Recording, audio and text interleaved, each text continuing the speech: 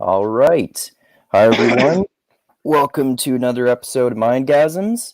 Going to talk to Sean McCoy again today, who we talked with last week, of course, and Shane Kennedy, who we talk with often on here. And yeah, I just kind of randomly selected some topics that Shane and I discuss a lot, and I wanted to get like Sean's perspective on those and kind of compare and contrast our different perspectives on subjects like Buddhism, atheism, pragmatism, postmodernism, and Christianity. But this is just sort of a tentative plan. We can go anywhere and talk about anything we want to. Nothing wrong with going on tangents, especially when we're not doing like more of a deep study into philosophy as I do with Tim all the time. I guess to start off with, I guess you and Shane haven't talked to each other before, Sean. So um, I guess I guess it would be interesting.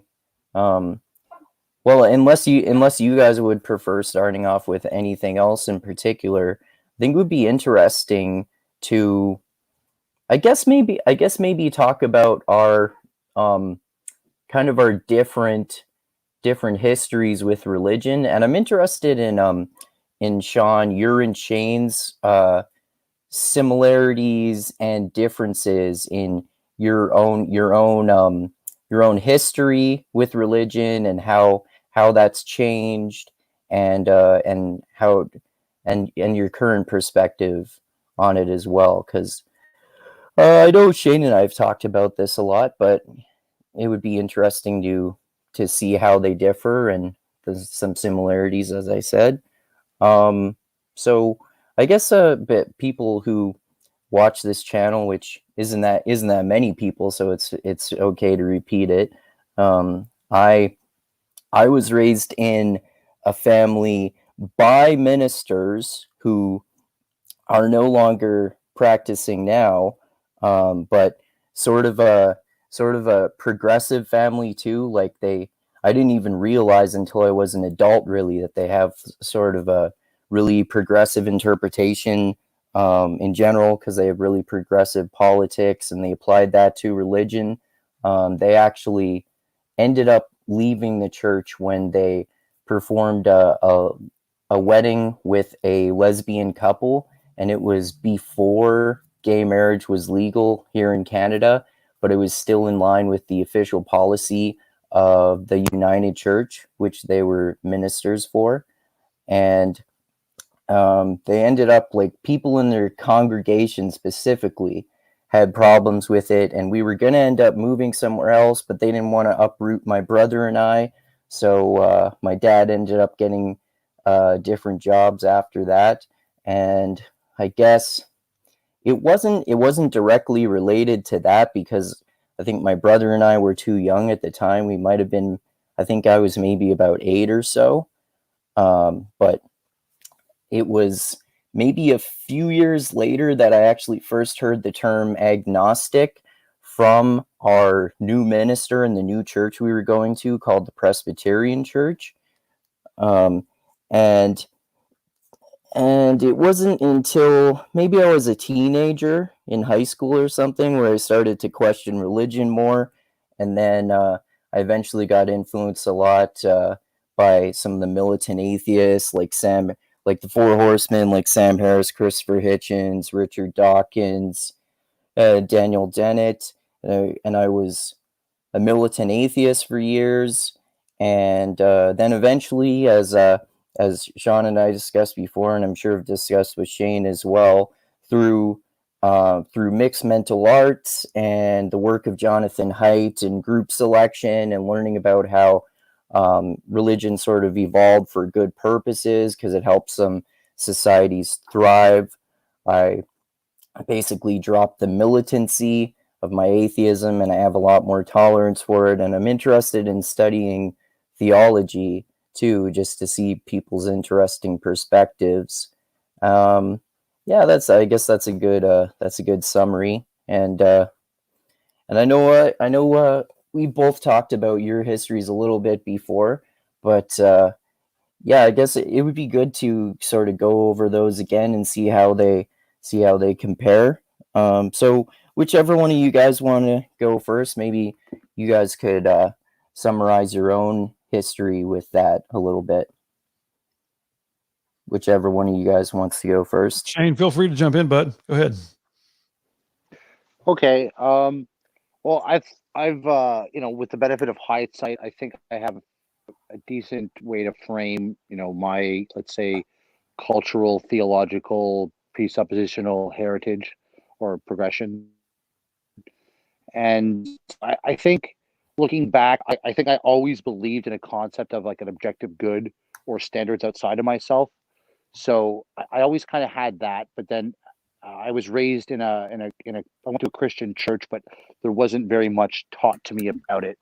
So like about 10 years old, I couldn't tell the difference between my gods, and I was learning about Roman gods and Greek gods, and then when I couldn't realize I couldn't tell the difference, except one were no longer believed in and ones were currently believed in, that kind of had the credibility of the whole thing kind of crumble.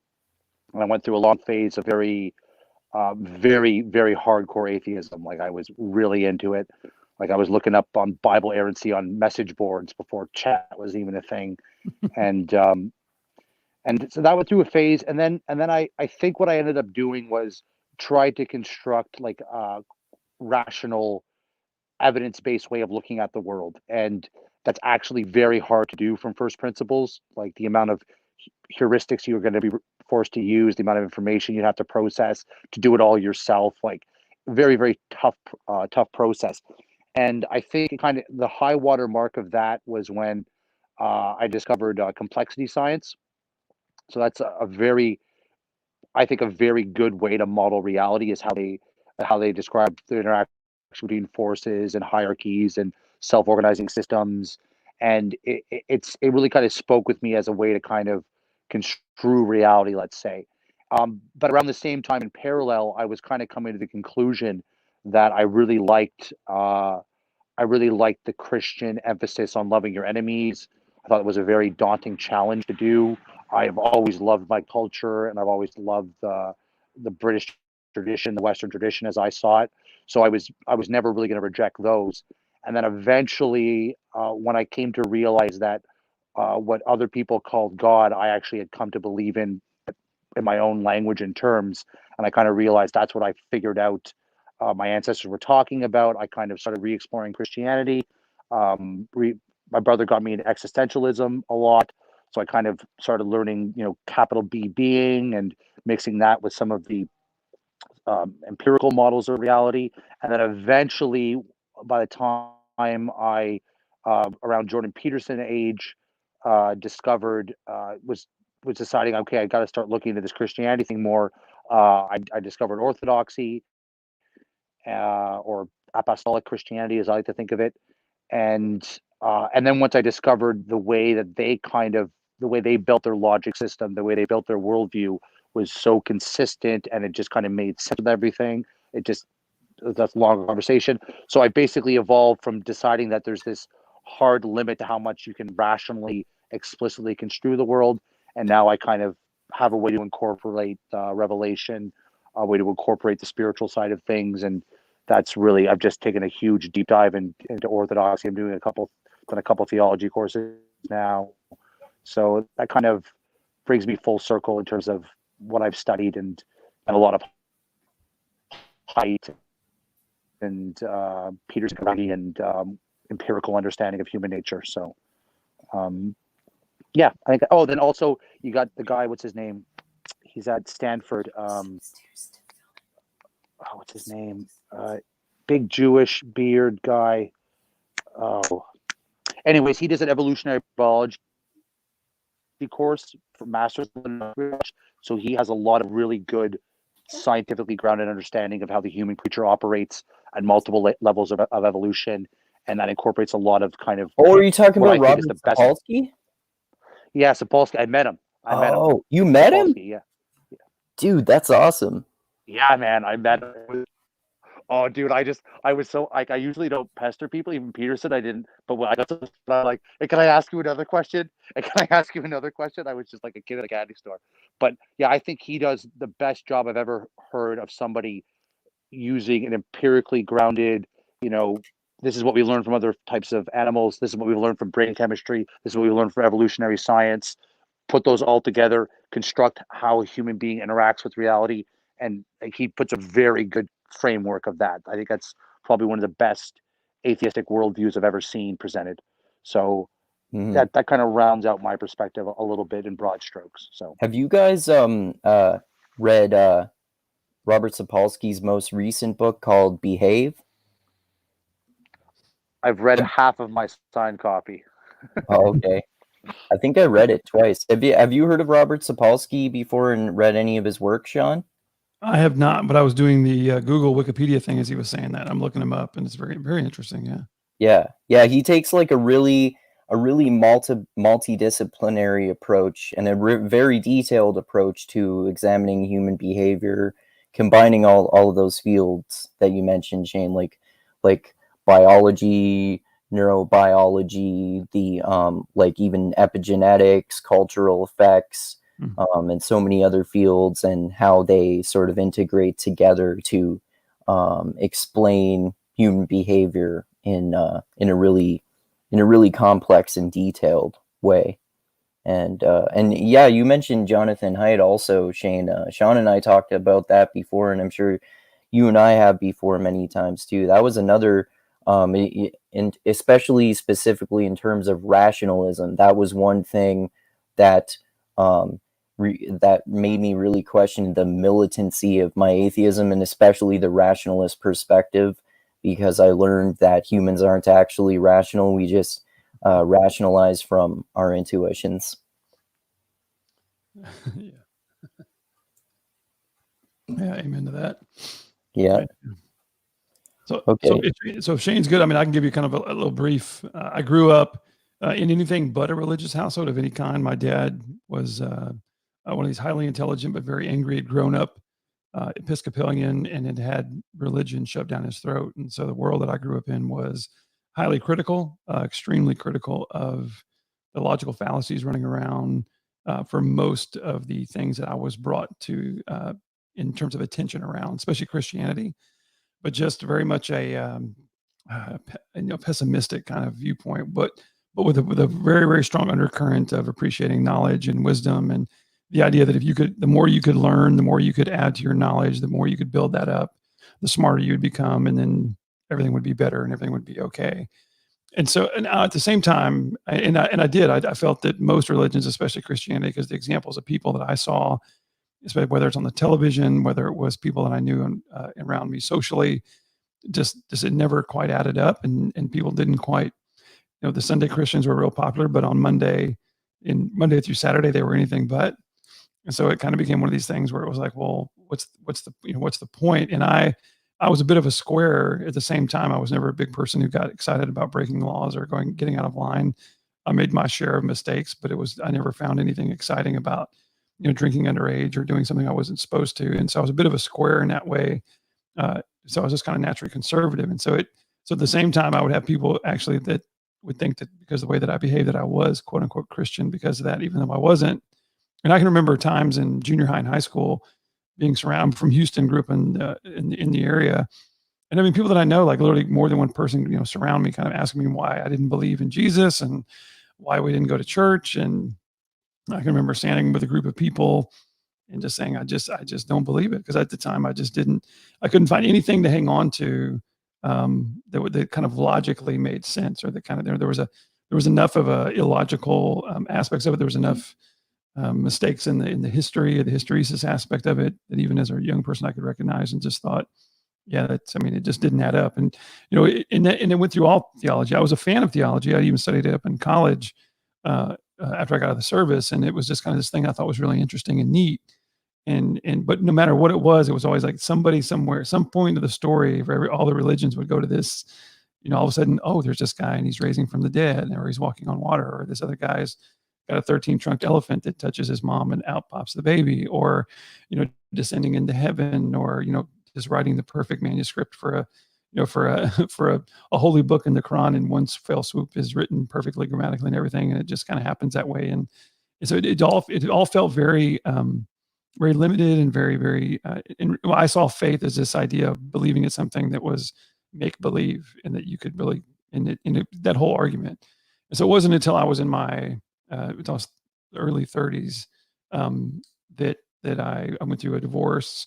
I went through one of those moments in life, and now I felt at the same time I kind of felt there was something else going on here. I was, you could call it a divine belief, but I didn't put anything on it. If I found anything up until that time, was probably deism was about as close as I could find that I kind of thought made sense, because it brought in the logical aspect of things, and it gave a lot of credence to natural law, but also recognizing the fact that we don't know, or that we're not sure. And so I felt pretty comfortable in that area. And the problem was there wasn't, I found it and kind of thought that's kind of neat, but there really wasn't anywhere to go or anything to grab onto or to be a part of it. That was, wasn't like there was a group or an organization that I was aware of, or anywhere to go to be around people, even talk about it. And this is in the days, this is probably in the early 2000s. So this kind of stuff really wasn't out there. And then after I got divorced, I just had kind of this moment of when, things kind of crumble and your foundation kind of gets crumbled, and you, for lack of a better word, fail in certain areas, and you kind of question your logic and where you're, what you're doing. You just kind of, it calls a chance of self-reflection to kind of say, what in the world's going on and what am I doing? Is there something else I'm missing? Kind of recognize opening that door. It took me a little while to get to that point, because I'd been kind of spoiled into thinking that I kind of had it all figured out, and I was just adding to this knowledge bank, and had not really ever really kind of checked it.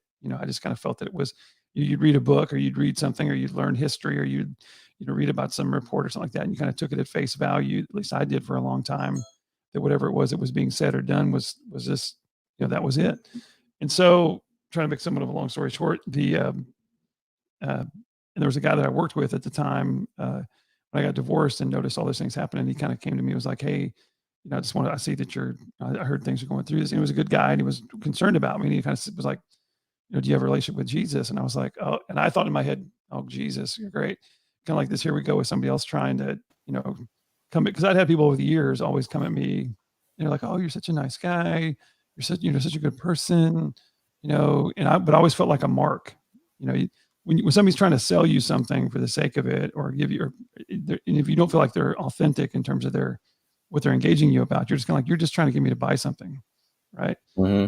And so people come across that way from it. And especially when it was a spiritual thing, I was just like, oh gosh, here we go. But when he did it, for whatever reason, with this friend of mine, Matt, I knew enough about him before that to know that he was coming from an authentic standpoint. Like, he cared about me as a person. Like, he truly did, and wanted to, and just was genuinely concerned. I thought he was off and a little bit, like, oh, here we go with this, but I was willing to listen. And then there was this other little voice in my head that started at that point saying, maybe you don't know everything.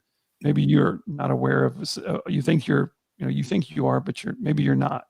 And I had this, kind of these Grand Canyon type failures in my life at that point, that I kind of felt like, okay, maybe I should take a retrospect and look at this. And that started me on the path of, I got introduced to people and just started really truly listening. And I'd read parts of the Bible and read the first 5 books, thought I had read it with an open mind and trying to understand it. But as soon as I started reading it, and something, somebody's 900 years old, or there's, just all of a sudden this thing happens, and I would just be like, I just kind of check out and just say, this is all a bunch of, the only way to believe this is to just give up logic and not make sense of it. And so it was the first time that I really had a chance to truly, I think, listen to people. And I had a really good friend of mine kind of tell me, he's like, look, you're an intelligent guy. You're one of the smartest people I know, but you need to shut up and listen, and just truly listen. And not from a standpoint of, you need to listen to this because it's the right stuff. It's just like, you just need to listen. And so I did that.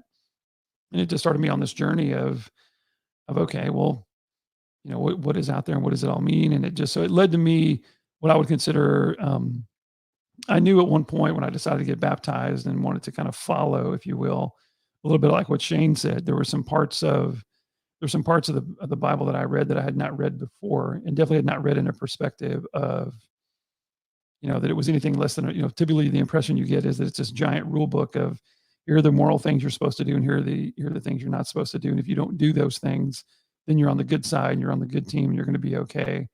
And that just didn't never resonated with me. But there was more to it. And the first book that I read at the request, or at the uh, advice of the gentleman who actually baptized me, was the book Ecclesiastes, which is an Old Testament book. And it basically is, the Ecclesiastes is this lament on materialism and believing that this world is going to somehow bring you, joy, and going to bring you fulfillment. And it just really, I mean, it starts out in the very beginning of the book talking about, meaningless, everything is meaningless. And that it kind of gives you it gives this story, and it's written from a perspective. They credit it to King Solomon, although there's debate about who actually read it or who actually wrote it. But the sentiment is this guy's talking about, I've had more women than anybody else. I've had more money than anybody else. I've conquered. I've done all these things.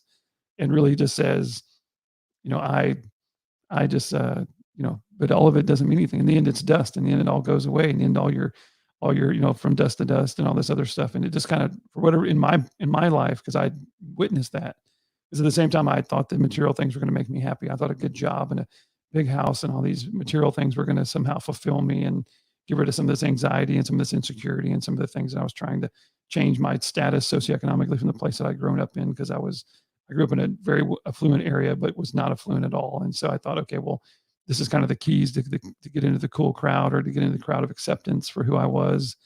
If I get this good job and do all that. And I had all this stuff and it wasn't working.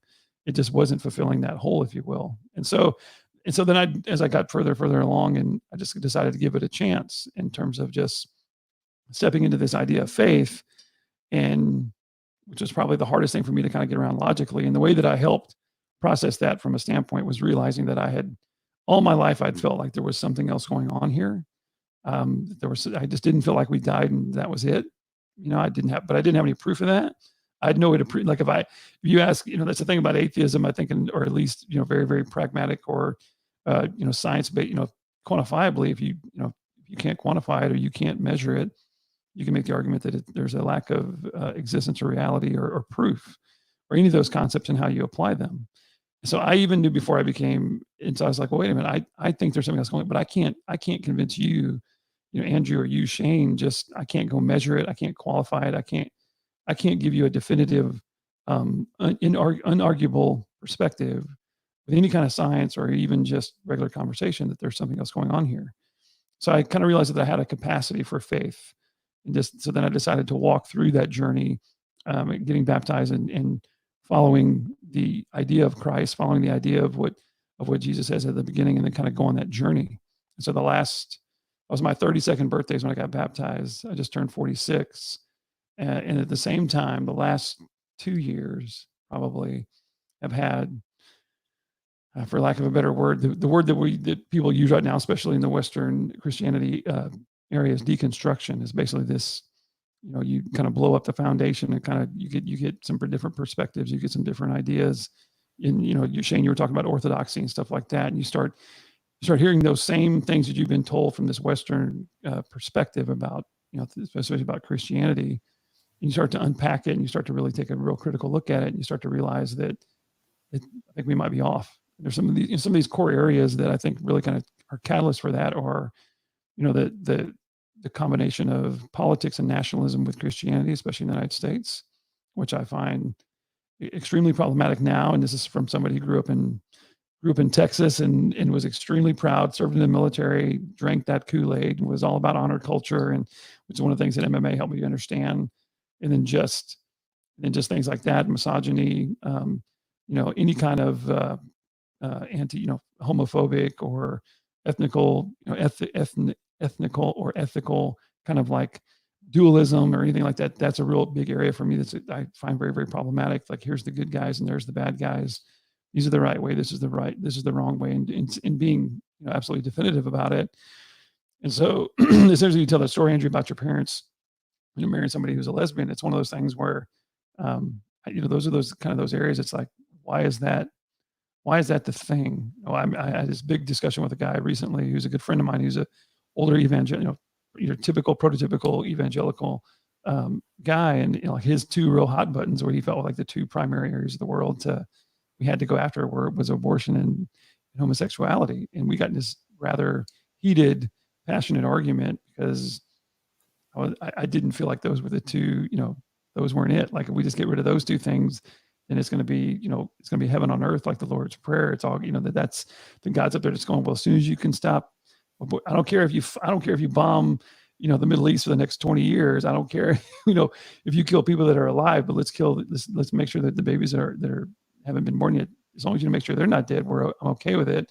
Oh, and by the way, you can commit all the heterosexual immorality that you want.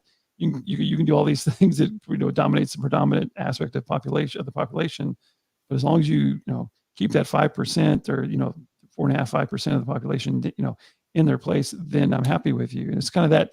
Those were kind of the big pieces that started to unravel for me in the last 2 years that have caused me to really question, as well as, I kind of feel this real, what you would call like a pagan earth physical. I think this idea of delineating the divine.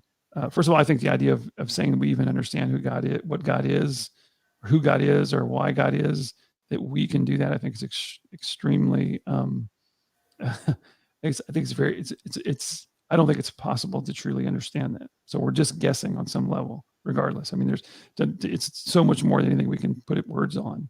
But then, how that divine is also at the same time nothing but everything. That it's in everything, it's in everyone, it's everywhere. You go back to a little bit of what Shane said, this idea of, kind of what are the core tenets that I'm supposed to be challenged with, regardless of anything else, and that is, loving God with all your heart and all your soul and all your mind, and loving your neighbors, you love yourself. And I love that he said that about, it's the challenge of that. It's like, well, I mean, how do you go with somebody who just knocked down 2 towers in New York and then love them back? How do you deal with somebody who's done something to you, either extremely, regardless of what level the scale is, and then go back to it? Because I just haven't seen, look, I grew up watching all the Steven Seagal movies and Jean-Claude Van Damme and, Arnold and all this stuff. And it was like embedded in my head that, if something bad happens, it's my job as the man, especially if it happens to somebody immediately in my world, I'm going to go seek revenge, and that's going to be fine. And it's going to create the balance, eye for an eye kind of thing. I just, after this long of listening to it, I just haven't seen the real fruit of it. I just haven't, people, oh, what about Nazis? What are you going to do if somebody breaks in your house and wants to rape your wife and all this other stuff? And all I can tell you is I grew up in the house I grew up with. My dad was ready to fight the world at a moment's notice with survival knives and combat action shotguns and, guns all over the house. And not one time has somebody come barreling in the door, but the need to deal with people, the need to deal with insecurities and issues and struggles in life, and how do we get through life? What do we do about these things? Has never, the need for how and how love fits into that, and how grace fills into that, and that kind of thing has never gone away, and it's right in the middle of all of us all the time. And so I kind of feel like it's picking your back. Where are you putting your effort and your emotions into this thing, and what's feeding both? And I just think that a lot of, especially with the penal atonement theory type concept, that is the typical. I keep picking on them, but Western culture, Christianity around, well, hey, Andrew, hey, Shane, you're a terrible person. You've made all these mistakes. Oh, and if you don't buy into this thing we're selling over here, you can count on going to hell for the rest of your life. But if you're on the good side, then you'll be okay. Well, I mean, that's a pretty shallow, but a very effective, value proposition, for lack of a better phrase. And I understood the value of that to some extent around the idea that, this guy died, that I'm such a terrible person that Jesus died on the cross. I don't know if I was never really truly in love with that idea. I think the idea of some sort of retribution or balance that creates for things that have gone wrong, the opportunity for that to right or wrong, I think is, I like the idea of that. But I think it's a lot more on us around forgiveness of each other and our own ability to do that. Because I heard somebody say the other day, and it kind of helps maybe give a perspective on that, because I think a lot of Western Christianity is based on this idea that it's all fear-based in terms of, like, you did something wrong, and this guy had, Jesus had to die on the cross because you were such a terrible person, and that's it. And so now you kind of you owe it to him, and now you're kind of indebted. And I just don't know of any relationships that really, really work really, really well, and that are productive, and that have real substance and are, I'm trying to get away from like saying it's good or anything. I'm just trying to say that have merit, that are based on, you owe me and you're a terrible piece of crap, and I'm the reason that you're okay. That's a hierarchical relationship. And I don't know many that work well that way. And so all that's kind of crumbled down and like, it's okay. So then what does the cross mean? And what is the crucifixion? You know, what does that mean? And I've leaned towards the idea that resurrection is the idea that death is not the final thing. And that there's more, that it's, in other words, the fear of that I have to do something now, or I just have this moment, I just have this time frame, and I got to get in whatever I got to get in and do something about it. And there's nothing else going on. That it's like, no, there's more, something else is going on here. And oh, by the way, there's more than just what you see in this world is going on. That, you know, that love matters and grace matters, and those things that we say that do matter, that seem to not matter, really, really do. And so I would say at the same time, and I'm not sure where my faith is relative to that. Would I say I'm a Christian? I mean, I say I would follow the Christ, and I mean that in a truly spiritual kind of like, just beyond. Was it some one guy?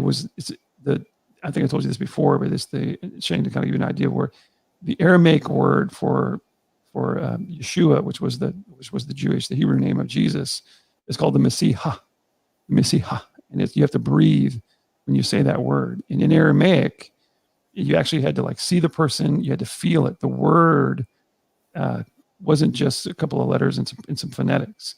The word was alive with the breath. You have breath, and Andrew has breath. There's a life inside of you. And that's really this Messiah, is this essence of what is it, this energy, this frequency, whatever, this divine, this spirit, what you call just a spirit, no Holy Spirit, no like the Spirit, no just ours. It's that spirit that's within all of us. And that's the origin of that word. And it's been translated. That's where the Greek Christos, and you have to actually use that's the closest that Paul could come to from a Greek word to go and kind of mimic this Hebrew, this Aramaic Hebrew Arabic cross word. And that's the reason that and we've kind of, now we think of Jesus Christ as like Paul Smith, or it's like, and we forget the Christ part is this, and we look at it as some sort of authoritarian thing where it's, he's the anointed one, that's the Messiah that's now in charge, and so now you have to listen. And I just don't think that was the essence. The essence was to create union and oneness and living amongst ourselves in how we're made, not to get you or anybody else to become conform to a certain ideal and stay there and have no diversity and no variety. That what the divine really wants is all of us to come together in our own uniqueness, with our own parts of it, and understand those uniquenesses are to ourselves, but they're not meant to create hierarchy amongst each other. And in that union is really what the divine is asking us to do as far as this goes. So that's what I'm struggling with on that side of so how do you play that out in a modern, contemporary Western culture? Oh, okay. Oh wow, you said a lot there that I wanted to comment on. Just the biggest things that popped into my mind there are use the term deconstruction, which I thought was really interesting because Shane knows that in all of our discussions that we've done on postmodernism, that's like a big thing in postmodernists, like Foucault and Derrida, for example, were infamous for their deconstruction of basically like Western culture and Enlightenment values mostly. And then as Shane, of course, also knows, as we've been discussing with Tim as well in our postmodern theology series, it's all about basically deconstruction and then reconstructing other new versions of religion. Like there are so many different ones, like post-liberal, feminist, radical orthodoxy, post-metaphysical, all sorts of different types of theology. And it sounds like you were talking about the term nationalism there. The word nationalism that you used was interesting too, because I was thinking that sounds interesting too. And it sort of sounded like you were talking about how you sort of deconstructed and then reconstructed some of your political views, perhaps to do with your Christianity, or at least you were discussing them with your friend. And I think that's interesting too, because it made me think about in terms of postmodernism and religion and your orthodoxy, Shane, in comparison to that. It sounds like in relation to that, there are definitely some similarities there.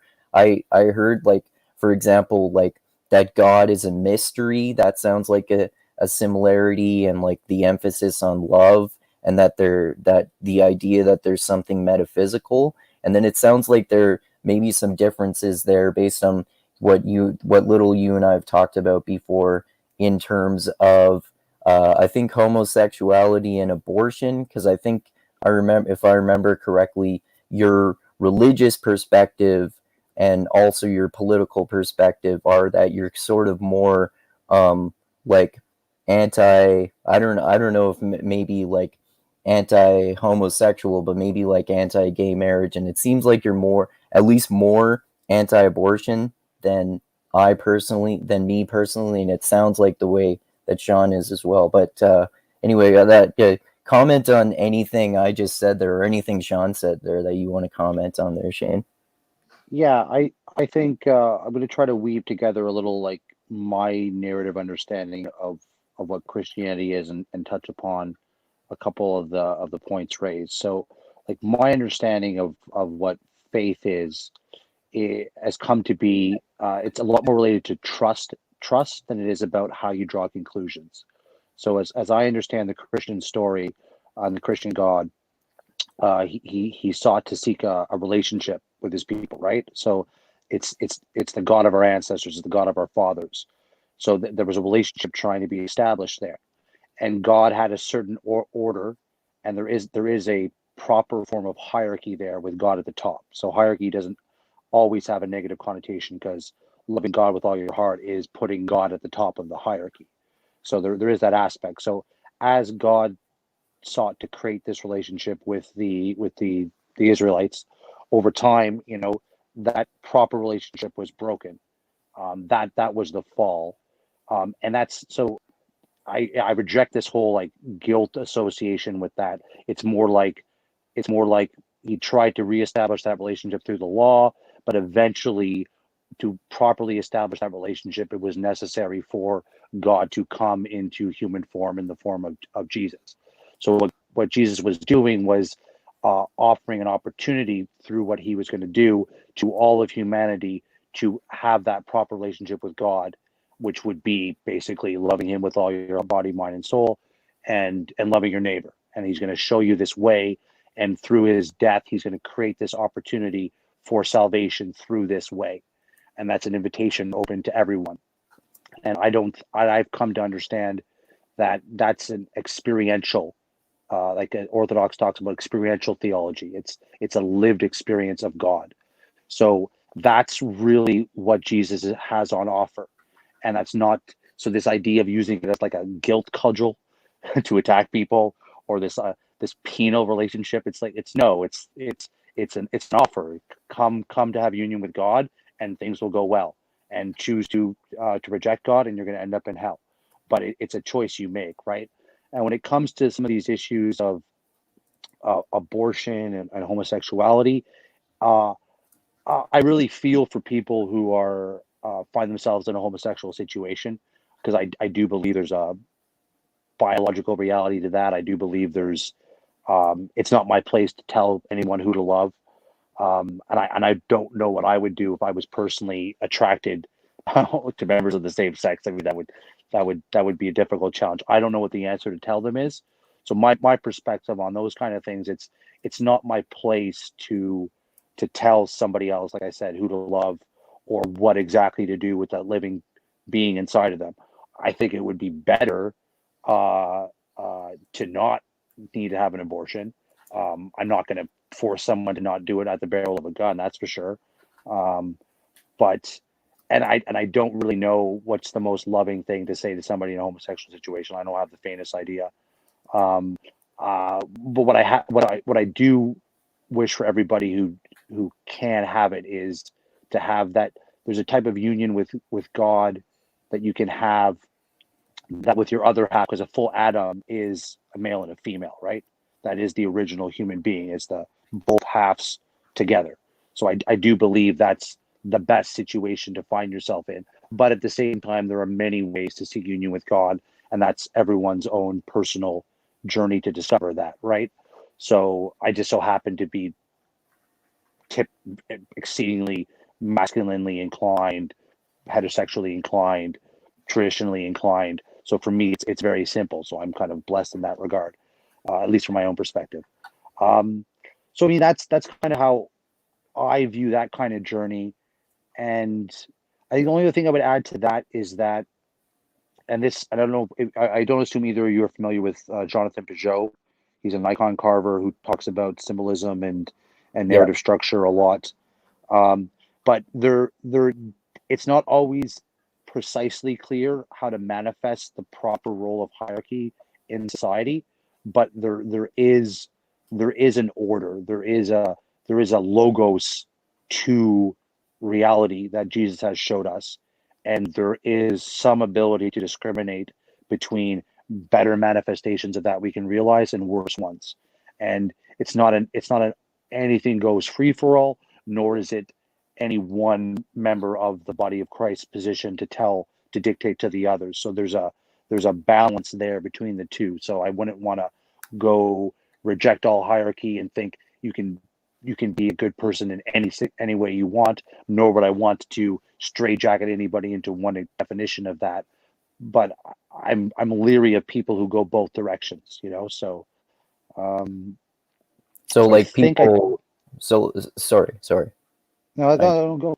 That's I think that's so like people, you're leery of people who, like both people who want to legislate in an authoritarian way, either, like that like that gay marriage should be illegal, for example, or that even homosexuality should be illegal, or people in the opposite direction who like say that everyone should have the same view about that, like even you should be for the extreme end of the perspective, like you should be locked up for thought crimes for thinking that it's better to be heterosexual than homosexual. Does that sound right? it's pretty close, like I would say it's uh how you're going to manifest your sexuality given your preferences. That's that's a very personal question, and I'm not going to wade into somebody's life and tell them what to do in that regard, and certainly not the state should do anything. Do I think that uh not that every homosexual is like this, but in the majority homosexual culture, as you can see all over the place, the idea of being very promiscuous and uh, having a very consumption of experience, consumption of pleasure lifestyle. Do I think that's good for people? Probably not most people most of the time. Do I think that's good for society? Probably not most of the time. Is that really going to be a viable way to create a sustainable future for our species? Probably not, if most of us live that way. So I don't, I think there's a certain amount of responsibility or synergy with the things around you that I don't think certain lifestyles really line up with. I don't really see the coherence there. So from my perspective, you're not going to have a stable culture without stable families. I don't think that's really objectionable. And I don't think, or from a green perspective, I don't think you're going to have a stable relationship between the economy and the environment if you don't have a certain amount of discipline in how you interact with things. So it's not, I don't want to make any blanket statements about what you can or can't do. But again, there has to be some working out of some relationship to some set of standards, to some set of synergy, some thinking through how the pieces are going to, how you fit inside the puzzle, how you fit in the body of Christ, how you fit in the body politic. There has to be something there, even banal, what I would have think banal statements like rule of law, rule of process, like those when I'm growing up, the idea that we'd ever actually seriously have to say out loud, yeah, there's due process to things, there is a rule of law. You can't just make any law you want about anything at any time. And the governor of Michigan doesn't seem to think that's the case right now, just to pick one example, right? So it's kind of like, no, you can't just do anything. It'll break, I think, especially in the West, especially in the British culture, you don't realize how many structures have kind of led us to get to where we're going. And it's, anyways, butterfly effects and all that. So I don't know if that. Oh, We might have lost him a little bit there. Audio get cut out there. It was like, and I'm out. And then just hit, There he is. Hello? Still there? Can you hear us? He was there for a moment. Okay. Like a mic drop. Oh, he got kicked out. Okay, well, hopefully we get back in a minute. Well, I don't think he can. Oh, wait, there he is again. I was just going to. Okay, there he is. Yeah, Yeah, I got a phone call. Are you back there? I got a little rambly there at the end, so sorry about that. No, you're good. Okay. It ended just like you were like, and I'm out. Yeah. Okay. Yeah. We actually, you and I kind of got into this a little bit before the last time. Just you and I talked, Shane. Well, for one thing, I respect that. You have like you have different cultural views. Than me for sure. You don't want to like legislate anyone's behavior, and I think that's something that we have in common. I don't want to legislate anyone's behavior. I'm a very like civic small L libertarian in that way. But I think you and I also talked about this before in the sense that I don't see what and this relates this also relates back to like sort of what we've talked about before in terms of Jordan Peterson and in terms of postmodernism, to go back to that as well, like so-called postmodernists or post-structuralists like Foucault and Derrida. They're really critical of these sorts of structures, but at the same time I think there are definitely benefits to them as well, and have benefited Western society at large. But like in terms of some of the things you mentioned, for example, like I think there can still be the prospering of families and cultures. Like if, for example, I don't think it matters if you have two men who are the parents or two women who are the parents, or or like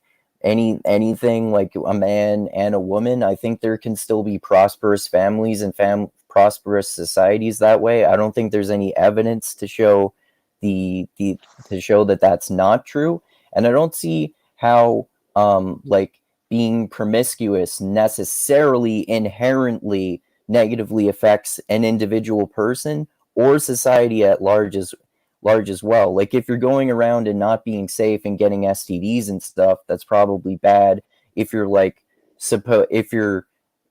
in theory in a monogamous relationship and you cheat on someone, then that could be problematic. But if you're like in some sort of polyamorous relationship, or you just like to have fun and you don't want to have a serious relationship, or maybe you're a workaholic and you work all the time and you don't really have time for a relationship, so you just have like a lot of casual sex, I think you can still be that way too and be a totally functional member of society, regardless of what you do in terms of that necessarily. So I want to ask a quick side question for both y'all with this. From a nuclear family, from a typical family standpoint, do you believe that the best way for a child or children to grow up is in a prototypical, Western, or just a prototypical, not even Western, but a prototypical family of mom and dad, they take care of the kids and they're responsible for basically their upbringing? Do you think that that's the best way or the ideal way, I should say, for a child or for a person to grow up? So I wouldn't say that there is an ideal way, but it seems like there are some social science studies that show that two loving parents raising two kids is more likely to lead to a better outcome than a single parent, for example. Although I definitely, I know some single parents who, in my opinion, are not doing a very good job of parenting. There definitely are also guaranteed to be single parents who are better at parenting than some parents with two, like one man and one woman, for example. Like perhaps there's a couple who should get divorced because they have an abusive relationship with each other, and that could be worse than a single loving parent, for example. But what is your answer to that question, Shane? I mean, a simple yardstick when you're approaching a situation is how is my opinion or actions in this realm going to help me love my brothers and sisters better? So, 90% of the people I'm going to meet are going to be heterosexual people. So, I think my focus would be on how can I, as somebody who understands heterosexual lifestyles better, anyways, how can I go about encouraging men and women who are getting married to do that in a way and to raise a family in a way that's going to work for the child and for them. And that's obviously going to be, I think the studies show too, without divorce. Exactly what my opinion on it about that small minority of the population who might want to do that in a non-traditional way or in the non-standard way. I'm not terribly interested in having an opinion on that. I don't really see why that. I think it's a vast distraction to be talking about that. I just not particularly relevant. I think there's a lot of very niche issues that are quasi irrelevant that get brought up ad nauseum. So I'm just as I kind of get older, I'm getting very weary of these conversations. There's so many glaring things to take care of, like right in front of most people's lives, their own children, their own family, their own neighbors, their own life, their own chances to use their economic output in charitable ways. Like these are things that should occupy one's times, not worrying about what some homosexual person in New York is or isn't doing. I just don't see. I'm just not that concerned about it. And I think on both sides of the issues, people who are that concerned about it, um, I mean, if you're a pastor ranting about gay people, it's because you don't really have There's a lot more interesting things to talk about within that book. There's a lot of really 101 stuff inside that book that even I have a hard time implementing in my life. And if you're not if you can't do that, then let's go find a priest who's talking about that stuff. And if the best thing you can talk about in the political sphere is gay marriage, given all the other problems we have right now, then you're not a very useful politician. So that would be my answer. Is I'm not gonna enter that battlefield. That's not where I want to spend my energy points. There's a lot more useful stuff to do. So I want to ask one more quick question, if it's okay for both of you. So relative to that opinion or relative to your belief on that, how much of your, I guess, faith belief is a part of that? And as you journeyed in your own to different aspects of atheism or different aspects of different levels of spirituality and types of spirituality, how many times did you say, okay, well, now that or did you at all, did it ever even occur that, okay, so if I'm an atheist now, that means I don't think that way on either those subjects or similar ones. So I'm kind of curious how what you believe has been impacted by your faith in different areas. I think Andrew and I both were raised in a Canadian environment where the idea of holding anything against anybody based on orientation or creed or skin color was just never even occurred to us to do that. So at no point I've just never really been interested in that. I do have some friends who, to speak to Andrew's point, who have or who are active polygamists or whatever the word is, and they try all different things in that realm. And don't get me wrong, like they seem to have had a lot of fun and enjoyed themselves. It also comes with a lot of complications. So again, like some things in that realm, just having seen the experiences people have had in it, again, I'm a little bit leery, and I wish them all the best in figuring out what suits them. But by and large, it's like I'm really glad that I just have not had to be in an environment where I have to go around hearing people rag on homosexuals all the time. I don't know how I would respond if that was the type of Christian, like the George Bush type Christian of my atheist years that I found so just peculiar seeing in the American context. Like I thankfully have just dodged that entirely. I've never had to encounter it. Um, so I've never really had to interact with it. So I don't know what Andrew's perspective is, but that's mine. So Yeah, well, I mean, for me, it sounds like we were actually, as you said, raised with really similar perspectives, especially with my parents, as I said. I kind of learned more as an adult that they raised my brother and I as more progressive. And I would say that my political views kind of shifted a lot as well. Like sort of after my religious views did, because then I got more interested in like studying political topics and stuff like that. And I would say my political views sort of swung more to the center, and then even more slightly to the right.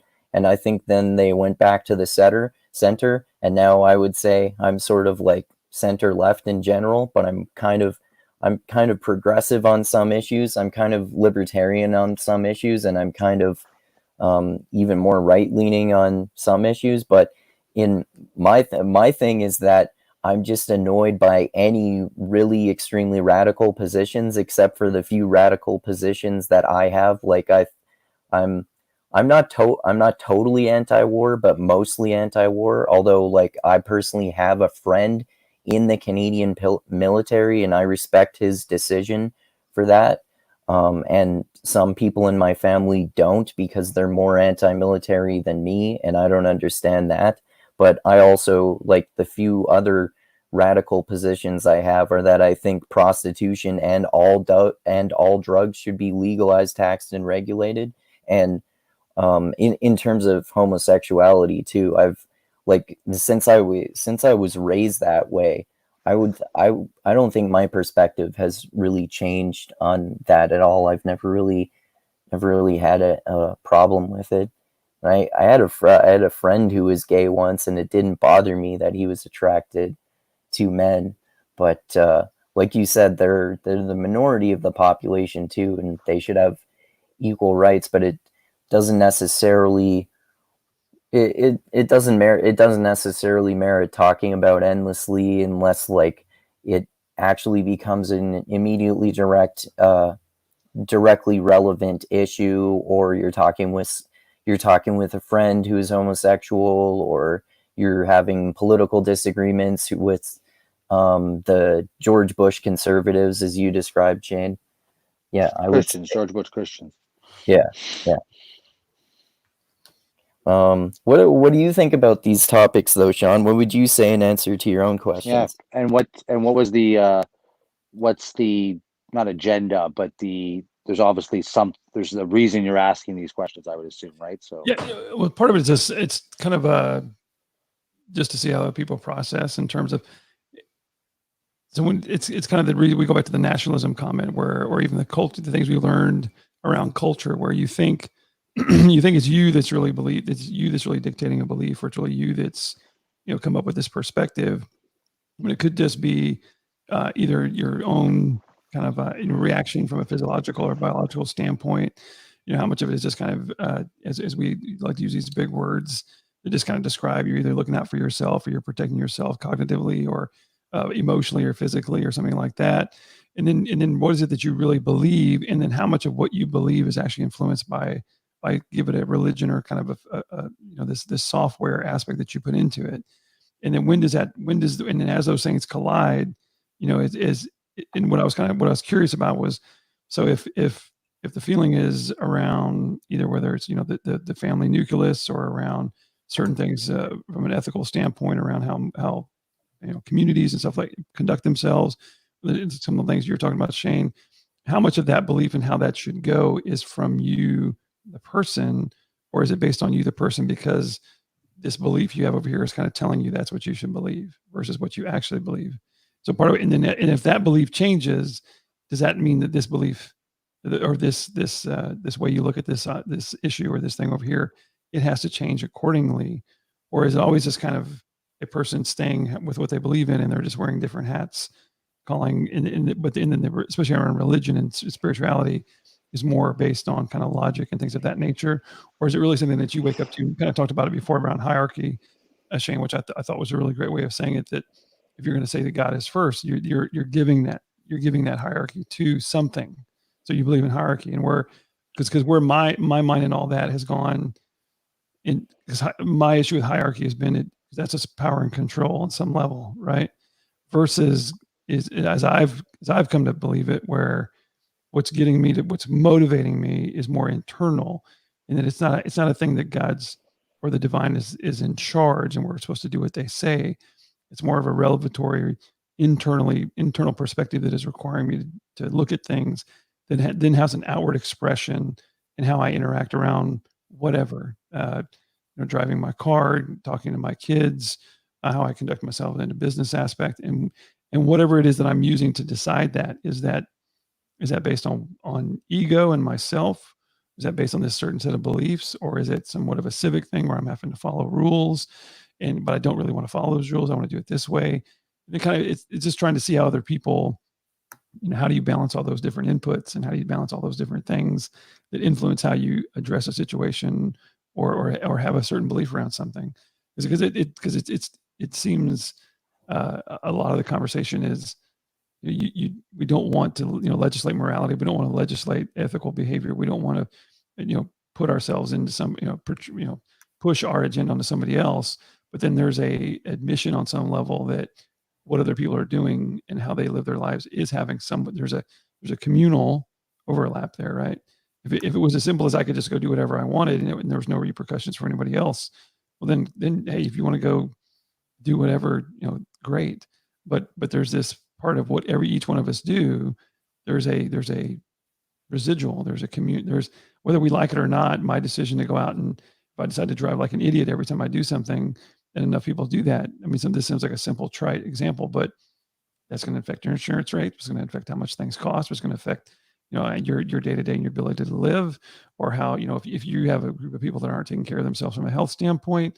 There's arguments around that. Look at the healthcare system and how that creates this. I don't want to necessarily say it's an imbalance, but now you have those are kind of simplistic examples of the community and the culture in the world you live in does have an impact back on you.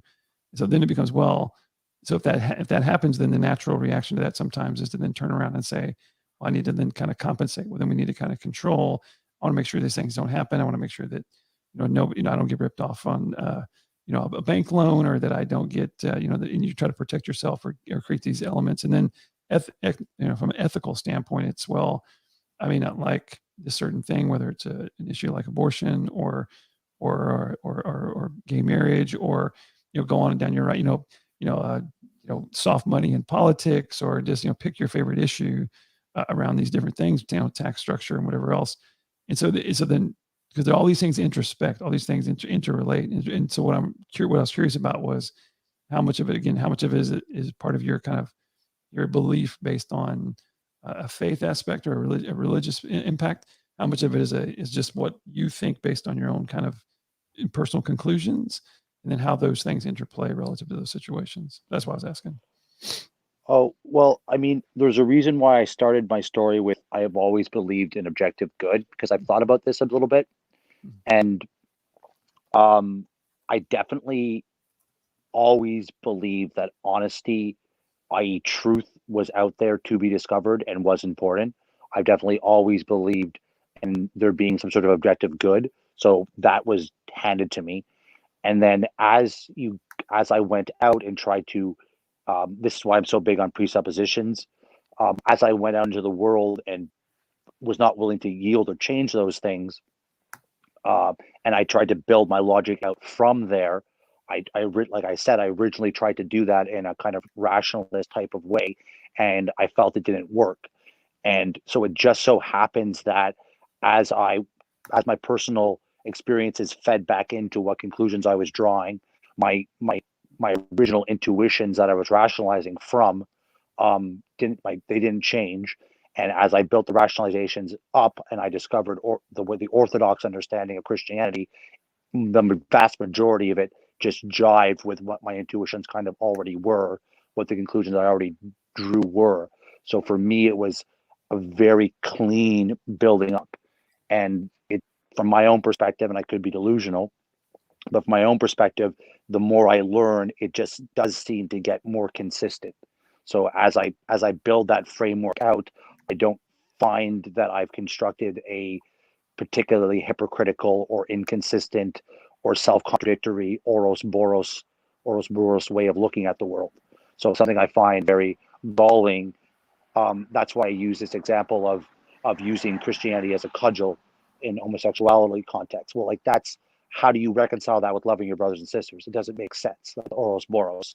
How do you go about, you know, creating a domineering diversity hierarchy where you're going to cudgel and you're going to create a hierarchy of who's discriminated? You're going to create the most hierarchical quasi-fascist system in an effort to fight hierarchy and fascist systems. Like it's pure oros boros, you know, like you're gonna go on witch hunts to stop witch hunts. It's so I do, and I could be deluded, like I said, but I do feel that the natural extension of my own God-given presuppositions kind of go in that, have kind of just lined up. So it's, I haven't had to really deal with a big discrepancy between, as I've come to understand the faith, and what I already quote unquote believed I naturally believed.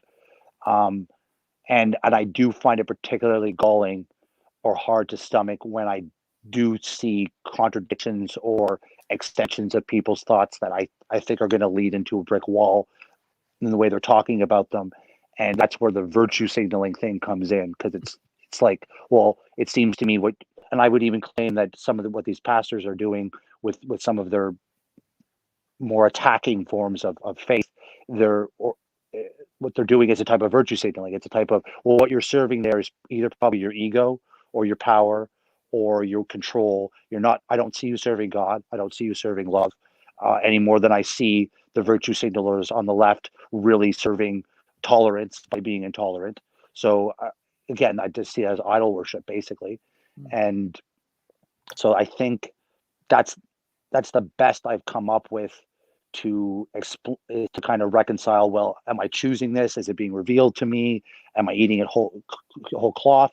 It's just kind of lined up right through the middle as far as I can see from my beliefs. And the other thing I would add to that is I haven't quite figured out exactly where the image bearer of God capacity to generate, like, because the logos, the breath, that you highlighted in the Messiah, that flows through us from God, like we participate in this creation. We have a role as image bearers to help form it, right? But I think ultimately the way we form it is designed naturally to coincide with the logos, to coincide with how it was created in the first place through the word. So there is ultimately going to be that consistency there. And then as humans, what we do is, with love, find the best version as flawed individuals that we can for ourselves and for those around us. And in our struggle to do that, that brings us back to why you're not going to want to be too prescriptive to somebody else, because the principles are very clear. The order exists, but manifesting it is a very, very tricky business. And that's why that's why it's only people without sin who cast the first stone, right? Because, check yourself really hard before you start getting very declarative about what somebody else is supposed to do, because you could, yeah, you can barely figure it out for yourself there, champ. So like, good luck having too strong an opinion for somebody else, So so I hope that kind of answers a little bit of my perspective on your question there. Yeah, thanks. Yeah, I'm so for one thing, I think that if you think your worldview is not contradictory, then you're not human. Everyone's worldview is more is contradictory and paradoxical in some way. And also, I think that, as you know, because we've discussed it before, Shane, I don't believe in objective truth. I used to believe in objective truth, particularly when I was a rationalist, militant atheist. But another thing that I've learned, partially through Jonathan Haidt and partially through postmodernism, as we've discussed before, is that that's what I've discussed and learned about that has convinced me that I don't think there necessarily is any objective truth.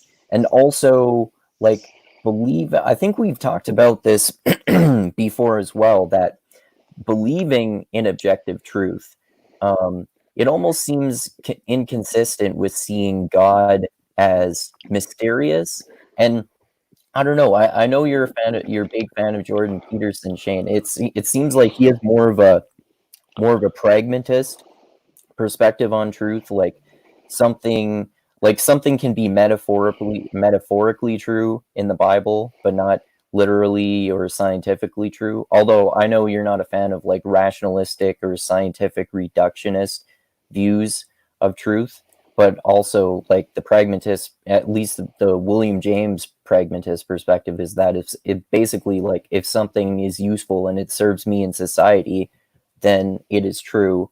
And also, you were talking about hierarchy and homosexuality there as well. I think someone in the comments here made a few interesting comments that There are uh, comments. yeah. So How do I see those?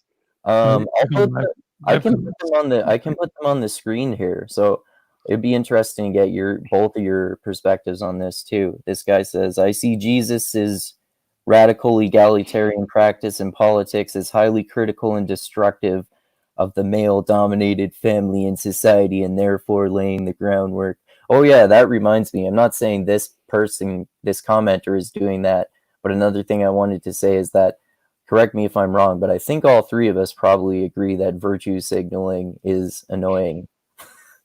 Yeah, it has no value. It has no, it's just, Yes, it's yeah. shallow. Yeah. So it looks Then like what this Rick's guy, looking. sorry, let me just finish going through these Yeah. guys' comments. He has one more there. For relationships outside, and therefore laying the groundwork for relationships outside of patriarchy to emerge and flourish, including same-gender relationships. And apparently that guy is an Anglican vicar in New Zealand. Yeah. Well, I love the question, to be honest, and thanks, Rick, for putting that in there. What I think of it is, if you look at the consistency as I read it and as I've studied it, and I'd be curious, obviously, what you guys think. You know, the thing that Jesus was lamenting against, the thing that he was pushing back against was power and control, in whatever form it was, whether it was from a Roman standpoint or from whoever was out there. He was really arguing against that aspect of it, into that egalitarian aspect of things. And that if you destroy that patriarchy, and I do think that we have a historical issue with patriarchy, because anytime you put something above somebody else or something, however you describe it, I haven't seen, whether it's race or socioeconomics or gender, I just haven't seen, that power and control work well. I keep saying that, but I think it was to his question, that if we can pull back and stop trying to be the one in charge or king of the mountain or the winner or the one that rules the roost, and really focus back on what, Shane, what you said earlier, what we kind of talked about a little bit around, that communal loving aspect of what we're doing on a day-to-day to coexist, which is kind of why I asked that other question about, family and the nuclear family and stuff like that, because it's got this COVID thing. I think this pandemic is a really good example. I think we all have our moments where we like to be by ourselves, and we have this internal kind of isolation that there's some benefit to it, but we are by default, regardless, I don't think of what religious aspect you come from, but we are social communal creatures, in whatever that means. And so the benefit of that and what that means and the potential that's from that to coexist, and how you do that, that process becomes part of the issue. So how does that play out? In the way I think we've typically seen it, is it becomes this hierarchical power structure of, this is in charge, here's the way we're going to do things, with the intent, I think the initial intent to kind of make things right, make things good, or do the right thing, or we're gonna have the best country with the best this, and we're gonna make sure this doesn't happen. I think you can look at any kind of your major, especially nations, civilizations throughout. That's most of them, especially the ones that are we read about in the history books, had this element of, okay, kind of this omnipotence. And I think some were obviously motivated by just power and control and greed. And I think that starts to happen, especially as you get bigger and have a huge influence, especially from the known world. And so I would say that relative to what the vicar is saying, yeah, I think if we could find a way, and this is kind of this heaven on earth, bringing the Lord's Prayer, having, or however you want to, sparse it, peace, equitability amongst people. If you could really have that play out, you would have a more egalitarian aspect of people living, and I think there would be fruit or results of that that we're just not getting from the current from the current system. I would like to riff on something that this idea of objective truth, right? I think of it like that limit theory that we learn in high school math, right? Where you have that line that ever approaching but never reaching the other line, right? And that's where I see the pragmatic definition of truth coming in. So all these things that we do, it's like no one has the truth. You can't grab onto the objective truth and hold it because there's too much context to any situation, right? So you can have these to say the completely true statement, you have to, banal statements like like I just made, right? Very general ones. But the moment you get into anything, especially human, individual oriented, you're going to have to, you're going to be reduced to pragmatic truth because the truth is only going to be in the acting out of the thing, right? Like you can't prescribe or predefine. It's just you don't you for any solution, right? So I believe you're searching and struggling towards it, like going towards that ideal or going towards that thing. But that's where the humility comes in, because and that's what should restrain you from trying to control others, because it's very tough to find. That said, this modern idea that oh geez, I don't God if it's very clear that God creates hierarchy. It's and we can, and if that's not, we can unpack that more. But there's definitely, That's not and clear. it's, well, sorry, in the Christian context, like he's using a quote from a vicar, right? So this guy in this vicar, to some extent, is going to at some point have to reference what he's saying back to some conception of what Christianity is or isn't. So God does create a hierarchy with him at the top, and with humans above animals. Like there's a certain hierarchy right there, and God does call men and women to unify in service of him. He does allow for there to be other flourishings outside that. So I do agree with the part of his point where, like I was saying earlier, I do not think that heterosexual people should be running around telling homosexual people what to do. That's not the best use of your time. That's not productive. I don't see why you would do that. That said, to label the the heterosexual norms as male dominated, it's no, it's a union of male and female with different but equal or equally different roles. Okay, exactly what that dynamic should be and who takes what role in each individual male female dyad. There's a lot of context there again, but that's been a negotiated thing that every male female relationship on all scales, and it's constantly working out, right? Because even with a boss, even with a boss employee dynamic, right? It doesn't usually work well when the boss turns the employee into a machine that they can program. There's always going to be give and take, although one person's in a more leadership role than the other. But then the best leaders are also the ones who empower their people and facilitate them, which is exactly what a husband would want to do with the wife and vice versa. So again, it's not all forms, like leadership isn't inherently an abuse of power, you know? Not every, like if somebody's there, if you need to get across that river alive, you want a person to coordinate your 10 people doing that if it's going to take 10 people working together to get across the river alive. And life's like that. You need leaders and different contexts. There's different fields of life where the woman would be a leader, and there are different fields of life where the man would be a leader.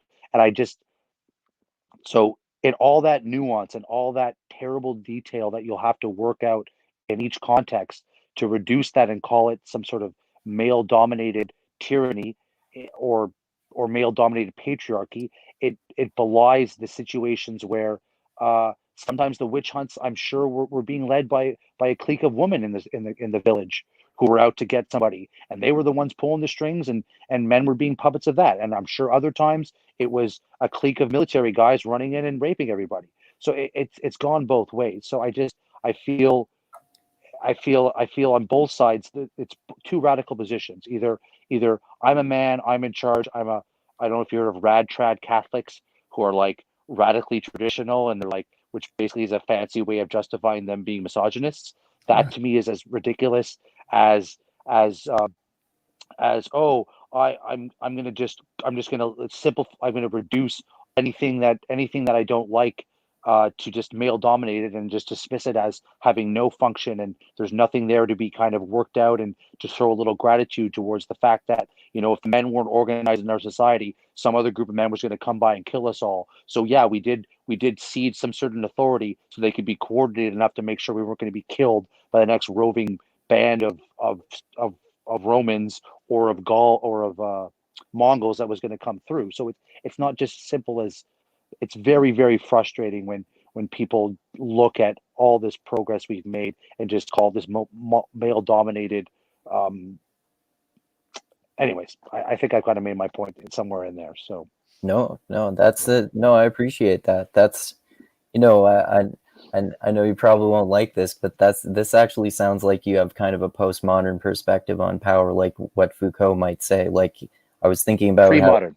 he would say that that power shifts between male and female, and there's always, like, it's not that one person at the top of the hierarchy always has it. Like, the hierarchy changes and some other people rise to the top of hierarchies, and people are taking power, using their power to take power away from other people in order to get power for themselves. Yeah, a proper functioning hierarchy is one where it's the consent and cooperation from below, you know, gives that ability for the head or the top to coordinate it for the benefit of the entire structure. That's a properly functioning hierarchy. And that gets corrupted Peterson goes on about this forever, but that gets corrupted in all sorts of ways. You can have tyranny of the mob, where, which is what you see in Russia, when all the most disadvantaged people get together and destroy anything that looks like progress and kill the farmers, and you get the famines. And you can have the exact opposite, where even that situation that ended up giving rise to one strong man coming back and knocking the legs out from everybody who actually overthrew the thing in the first place. So you can have both, and they're not ideal, but it's again, it's not a indictment of hierarchy. It's an indictment of humans corrupting things, which we do with everything. So Totally, yeah. Well, Yeah, what do you think about all this, Sean? well, I think that just to clarify a bit, I don't think it's as easy as blaming a group, right? I think the problem is what to do with that responsibility, and then it's like when it's your turn to drive the ship, it's difficult no matter who it is, and the ability and the, as you stated accurately, the opportunity for abuse, just abuse or misuse, is so high, and it's just relative to who we are. And I kind of think we have to bring him up. I remember talking to Hunter one time. He was saying something about, we're going to build this amazing thing. We're going to do this create this great organization with this wonderful intent. And in the end, we're going to just F it up. Right. And that's just kind of what we do. So I do agree that it's not as simple as just saying, if we could just get rid of all the guys in charge and let's put the ladies in charge for a while, that somehow it's going to be better. And there was a lady recently who I'm having come on my podcast, Caroline Criado Perez, who wrote this book about, some of the inconsistencies around, male and female in terms of relationships around something as simple as how you diagnose a heart attack. But one thing she got to the very end was she acquiesced in a way in saying that the answer isn't just to shift the power to the other group and let them be in charge, right? I think enough of history, regardless of who that group is, has shown us that's the real problem. And I do think that we, especially in the United States, and I would say Western, again, to pick on Western culture, to your point about, yes, if I need something acutely done, having been in the military and having been in the corporate world, if you have an acute, finite mission that you need to do, and especially one that is that has a kind of a defined and finite way to do it, the need for somebody to basically be, quote unquote, a leader or kind of be in charge to say, do it this way, and here's the things that you can do, almost like a quarterback or a coach, or how we see leadership, and it keeps getting defined this way in the corporate world as I see it. And I think there's a reason that it continues to be talked about, but continues to fail, in that, yes, in the military, if you have an objective and there's people with their roles and you have your role and here's how it all fits together and I know how to pull the strings, I don't need some, collective group to get together and imagine it, or giving everybody equitable, voices at the table.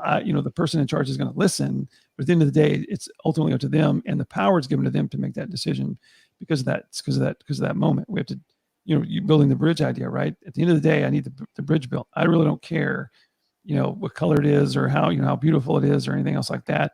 because I need to get that bridge built to get the troops across, because this is after the D-Day invasion or something. But at the same time, those are I think the problem we have a little bit in that area is there's a hangover from that. We feel like we're always at war, or everything is a battle. Everything is, that we're still kind of at war in everything we do. And so it's kind of like the law of the jungle all the time. And it's so when you have this, when you need to build a bridge for your community, and it's just a simple overpass, and there's no, everybody's lives isn't dependent upon it. It just needs to be built. I think when you take that same power, that same structure of how you use power, and continue to apply it in the same way every time, or at least have that initial consistency around, you're the person in charge. It has to be up to you, and you're just there to tell people what to do. I mean, it can get it done, but I think that it limits it, because it goes back.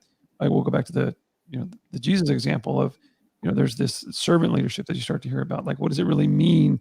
And you alluded to a little bit, Shane, as well, as it's not just telling people what to do, but it's empowering. And so, as my job is, if I'm going to, I think the irony is the lead is not the lead at all. Is it your job is where you see the most effective, if you will, leadership, ability to lead somebody. And you could go back to the Gandhis or Buddha or Jesus. None of those, as I would describe it, used this omnipotent power that they ended up kind of almost getting or having in some degree relative to their time period. They did not use that to then control. And it seemed that the more that they served, the more that they got away from that top, the more they were kind of put at it from a hierarchical standpoint. So I think that dichotomy of those, or just that enigma around that, it's like, to serve or to be in charge, you have to serve. It's kind of it's almost the opposite. Not again to try to get away from dualism, but it's almost like the way that you make that happen is you don't do the initial example of just kind of coming in there and grabbing it and making sure that you have it. But and how do I fight hatred? How do I fight? What are you talking about being anti-war, Andrew? Okay, so it belies the question that what do you do if somebody comes in your house or invades your country? You're supposed to let them. And there's of course you can fight them back, but then there's these amazing stories that happen when people don't do those kinds of things, and how you see these transformative impacts in situations that truly change the course of people, maybe individuals and even groups' histories. Now the cost is rather high, because it could mean literal, death and destruction for one side. But then I think it goes to the ultimate question around what is actually the most important thing. Is the most important thing for me to die with the most toys and to be the one in charge with the most stuff, and I'm just here to accumulate everything that I need. I'm going to build up, and I'm going to be the next Jeff Bezos, or I'm going to be bigger than him, and that's my goal, or to be smarter than this person, or to have more followers than this person, or to have all these earthly accomplishments that I can then hang my hat on. And if that's what's the most important, then we're just in a race to do that. Then okay, well, maybe that's part of it. And I bought into that for a little while when I was younger, but I just, again, you start to really watch that play out. It's kind of like, I don't think that's the thing either. Yeah, I like what you said about like dualistic perspectives there. Like part of deconstruction is sort of like breaking down binaries like that, and like also like to comment on war that you mentioned, I sort of alluded to this before. Like I have a friend who's in the Canadian military, and the part of how my political views have changed a little bit, because some of my family members are even more anti-military than me, is that I can respect people who choose to join the military, especially like with my friend, for example. He sort of was having trouble in his life, and joining the military, it gave him discipline and direction in life, and he's a heavy duty mechanic for the military, so he's probably not at any point going to be directly killing people anyway, which is part of why, I mean, I probably would still be his friend even if he were, but since he's not doing that, that gives me more of an incentive to be that way. And like I was sort of having an argument with one of my relatives about this over the last Christmas holidays, because they thought that even someone who sews the buttons onto uniforms of that soldiers wear, even those people are responsible, less responsible than the people who do the actual killing, but they bear some responsibility for the people who are killed by those soldiers. Which I hope that person has never paid taxes then. But it's funny. But it's so. I mean, I would say there's an element of truth to that, and to what you said, Shane.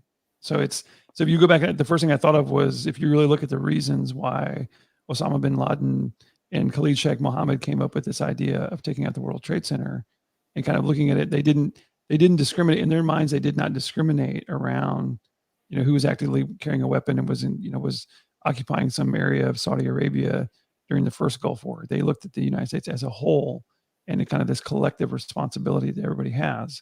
And so to your point, I mean, if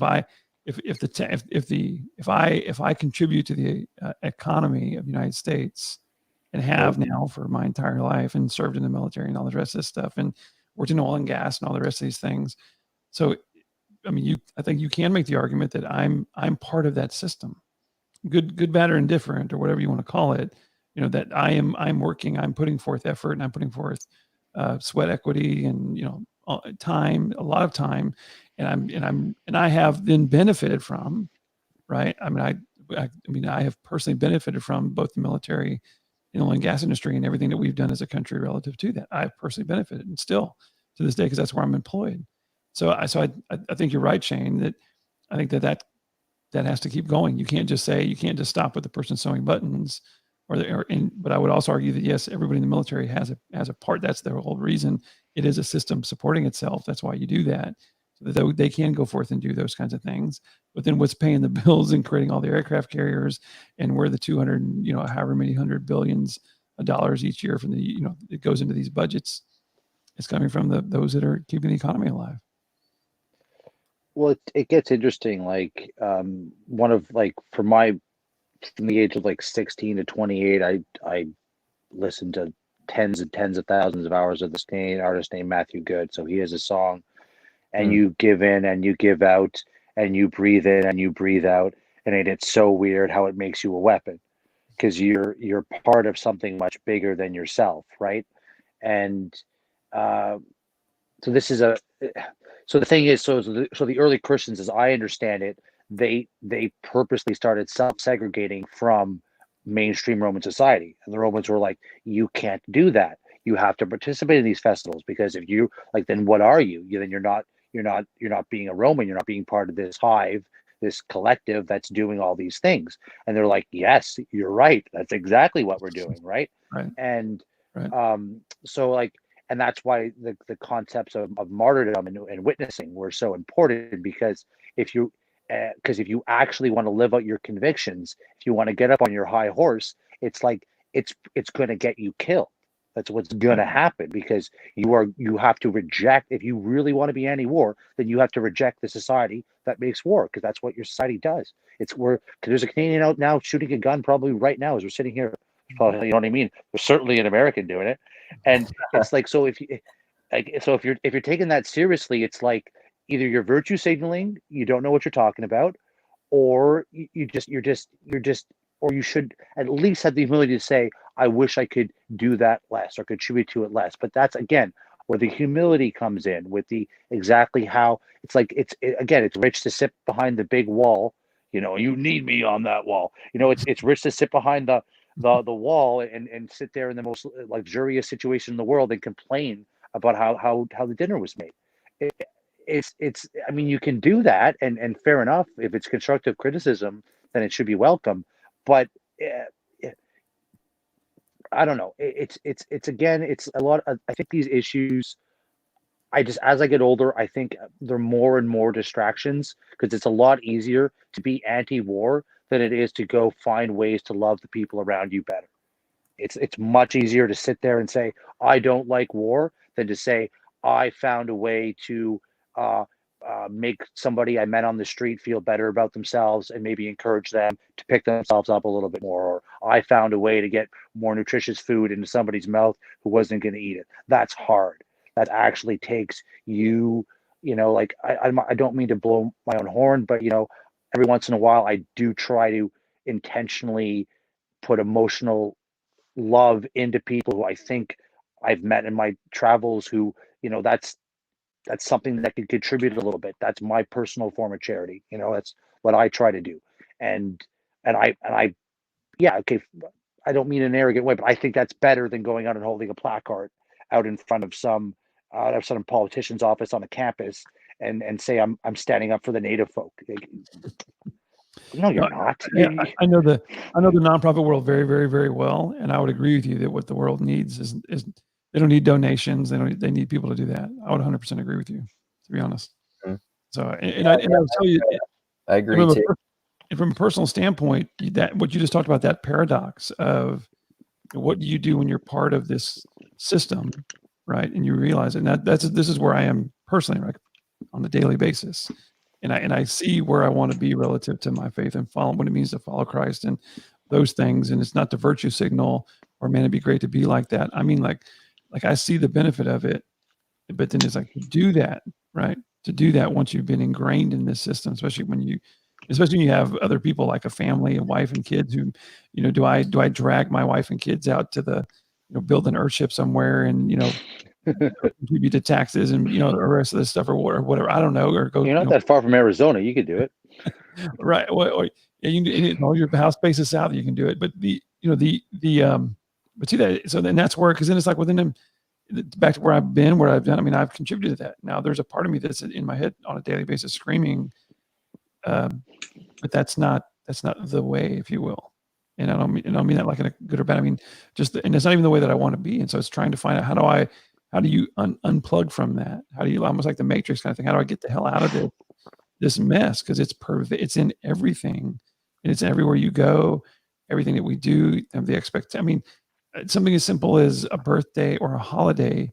I mean, you can't. I mean, you're expected, right, to contribute to this to the economy. The least materialistic person, probably one of the least materialistic people, if you will, in the history of mankind was Jesus and what he tries to teach. And yet we spend billions of dollars every year just in the United States celebrating the quote unquote birthday of this guy. And it's like, how in the world does that coincide? I don't know how to do that anymore. So I struggle with that all the time, to be honest with you, Shane. And it's not the virtue signal. Like I really don't know how to truly get it to do justice to both without trying to get rid of one or get rid of the other and have those things. How do they coexist in such a way that doesn't make me a hypocrite, that doesn't make me, virtue signaling in my own little world, to be honest. Sounds like a constant balancing act, like acknowledging the pros and cons of both and trying to not let one overbalance the other. I mean, one thing I really like about the very liturgy heavy version of Christianity, that version's the wrong word, the many forms of liturgical expression that my apostolic faith has put at my fingertips is, before Pascha, before Easter, you have a whole week of this service, this canon of St. Andrew, and it's a lot of repentance stuff, like a lot of kneeling, a lot of like, I don't know, all these sins I've created. I don't appreciate this, all these stumblings and that finding the objective truth you're seeking, but pragmatically doing it, only getting a little slices of it, reality that we all go through, and really trying to own as much as you can that week, and that's kind of like the low point. And this particular Pascha, I reflected on a lot of things that I was expecting to feel more Christian. I was looking forward to it. I was excited.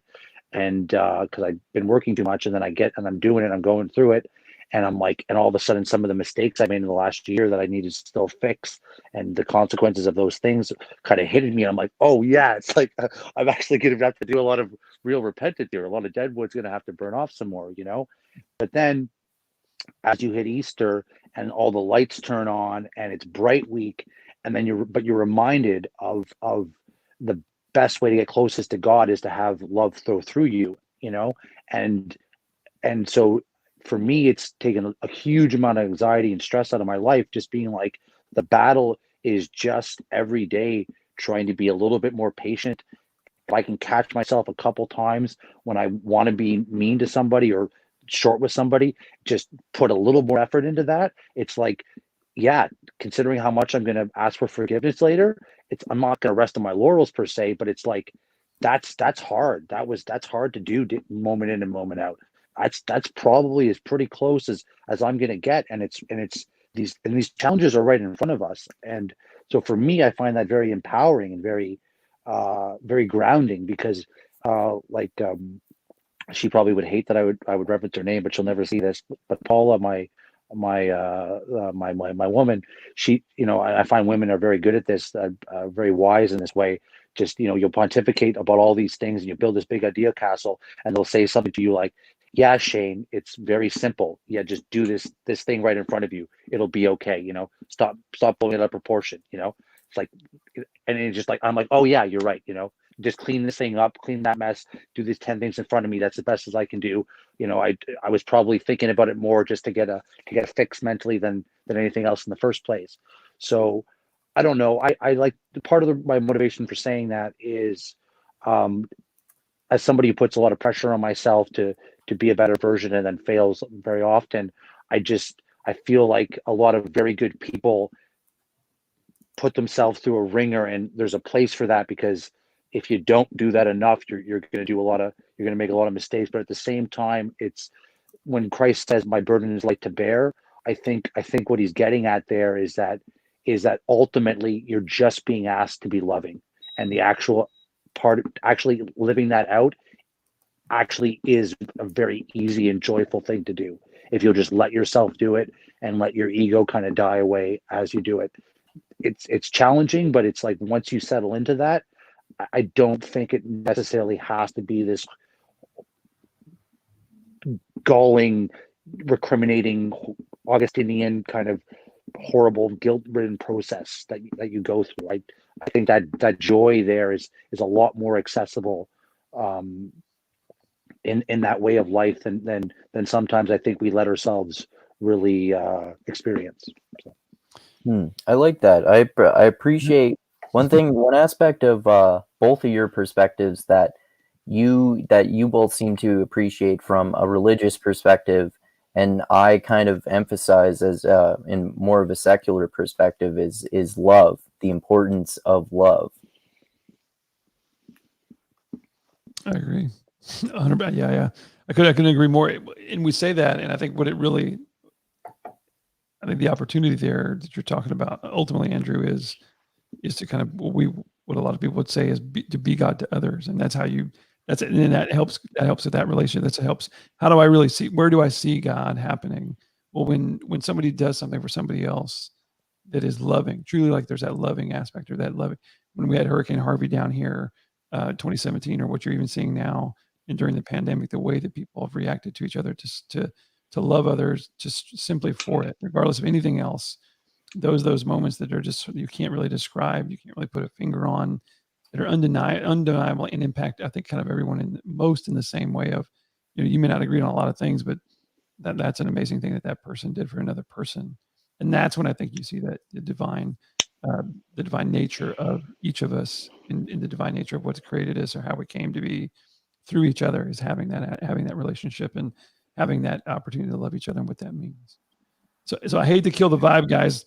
You can keep. I got to run. But okay. This was awesome, man. I appreciate it, buddy. Appreciate it, Shane. Thanks for putting this together, Andrew. Yeah, no, that was great, Andrew. Thank you so much. That was a really nice conversation. I'm very happy. Oh, sorry, I interrupted you. Sorry. Do you want to keep talking, Shane, or should we just end it here? It's up to you. If you want to chat a little bit more, I'd be down. Cool. We can end it. All right, man. I'm easy. Y'all enjoy. Andrew, man, thanks again, brother, for putting this together. All right. Thanks, Shane, man. great to meet you, bro. Rick, thanks for listening. Nice to meet you, Sean. All right, man. Later. Always great to talk to you. All right. Yeah, we can talk a little longer if you want to. Yeah, I haven't chatted so long. It's definitely a free form hasn't happened in a while. How have the so for those watching, we're gonna do a very abrupt segue. How have the conversations with Tim been going? You guys have been working through the Rorty thing? Yeah, we've been doing pretty well. Just going through. I think right now we're just about finished going through his book on contingency, irony, and solidarity, and like how we were talking about the contingency of truth and the idea of being a liberal ironist, and I think like part of his liberal perspective is like the solidarity of sort of classical liberal values in society.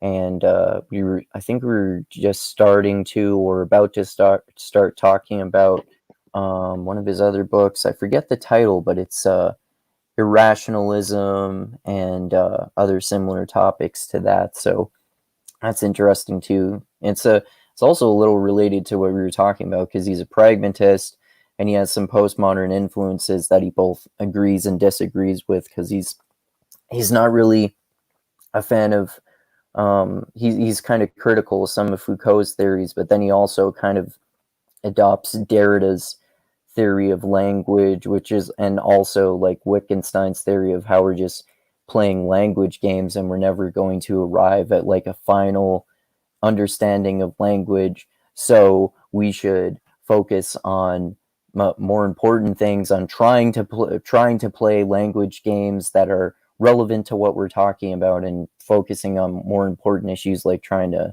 improve society. Yeah, no, it's good. I literally had to fail out of my theology class because I just my bit growing this business I've been doing is just consumed all my time. So it's Oh yeah, you've been told me just a little bit about how insanely busy you've been with that, like working at least 60 hours a week. yeah, no, I think I've in the last 16 days I probably have worked at minimum, wait, 160. I've averaged at least 12 hours a day, if not more, every day for Wow. 16 days. Wow. Like average. Yeah. And it's good though. It's an interesting, it's been a really interesting experience because part of this pragmatism thing, and I think I even referenced this, how I did think there was a philosophical aspect to it, and just in the sense that so much. Can you hear me? Yeah. Okay. Um, because because it's so hard to describe truth, even if it were there, like putting aside the issue whether it actually exists or not, just even describing things accurately is so tough, right? So being in an environment where you spend so much time concretely building something, it's that gap between the theory, the description, the result, the action, it becomes very blurred because you're so into it and there's such a feedback loop and so much going on. So in that respect, at a certain point, it seemed to transition where um, it's not so much work as it's like this. It's barely become my life, but it's a very active thing, and there's enough people involved, enough moving parts involved that it's gotten to the point where other things kind of seem a little dull by comparison. It's like, well, wait a second here. It's like people are calling me. I'm I'm from them. I'm giving them this puzzle of getting them all what they want, which involves these other people working with me, and they're getting excited by it. And we're doing it better, and we're building new systems and new schemes around it. So very quickly, it becomes like especially with my little software where I can see my trucks moving around the city on a map, going to different destinations that we planned out. It becomes like a very MMORPG / real time strategy game set up with people playing there with me. So it's very it's it's it has that kind of visceral context. I might have assumed that an engrossing lifestyle of like actually making your own food and attached to your village, like, or some hypothetical hunter gatherer life that was less alienating and attached in some modern things. So that's kind of been interesting. Um, but then on the flip side, it has kind of I knew this was going to happen. It's like all that time that I had where I was just such a YouTube junkie and whatnot. And I'm like, I could have done so much more with it. It's like, where was the Rorty books to read when I was just watching, endless SJW takedown videos for days on end. Yeah, I feel the same way. Yeah. So yeah, that's kind of become my jam. So Cool. Yeah, it sounds like you're really enjoying your job and working with your company, so that's good. I'm really curious to see where it can end up leading, because I kind of feel like Eric Weinstein was, when he was on with Rogan recently. I don't know if you saw that. Yeah, I did. Yeah, like that one line where he's like, nobody sits you down and says, "Here's a cigar and a scotch, son. Let me show you how it's done." Yeah, that's And for sure. and I think that society's done a really bad job of presenting this generation with that kind of opportunity. And it's like, what kind of messed up world exists where the whole point wasn't to like sit down the next generation and go, "Hey guys, we built this awesome thing. One day it was handed to me. Now, hey, here's your chance to come in and learn your part of it." Like that, like it seems so obvious that's what we would want for ourselves, and therefore we should want to give to others. And I kind of feel like, I have a lot of respect for my business partner. He kind of has enough of the knowledge to do that. So just doing that, and then also extending that opportunity to the guys working for me, to the obviously flawed, and I wish I did a better job of it, but to the extent that the having the employment helps them, just that's a cool tip to be on. And it kind of rising above the the morass of this kind of not really knowing how to spend one's time, or what's gratifying or what's not, but to actually have this communal project to work on with some other people. That's pretty exciting. So, and I'm curious to see where it could go, because it's there's this friend of mine who's now a CEO in Silicon Valley, and he said to me once upon a time, he's like, "Shane, the best part of being rich," and I'm like, or something like that, having lots of money. And I'm like, no, what is it? He's like, because you have the power to do really good things. And I'm just like, I'm kind of curious to see if, I don't know, I wonder what might be in store, even on a local scale, for me to do something like that, or who knows. So I'm kind of curious to see what would success. I know what unsuccessful Shane looks like. What would successful Shane look like? Well, how does that guy act? What are his priorities? Uh, Right. so we'll see. Yeah. I'm curious. Yeah. How?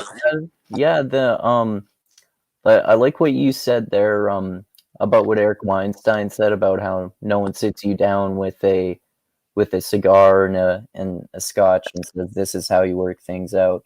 It's interesting because I think part of why you and Sean are religious and I am not, perhaps, is that I am like deliberately making it more difficult for myself to try to figure out how to live life. Because I think, like, for me, there are always like new answers and possible solutions for me coming from multiple different sources, whether they're religious or atheist or something in between, from so many different things. And then I try things, and usually they work for a while, and then I try other things, and then every once in a while I find things that work for a really long time. Like, I've been following the same diet for many years, and I've created and I've found like a wide variety of different exercise that I like to do, and things like that.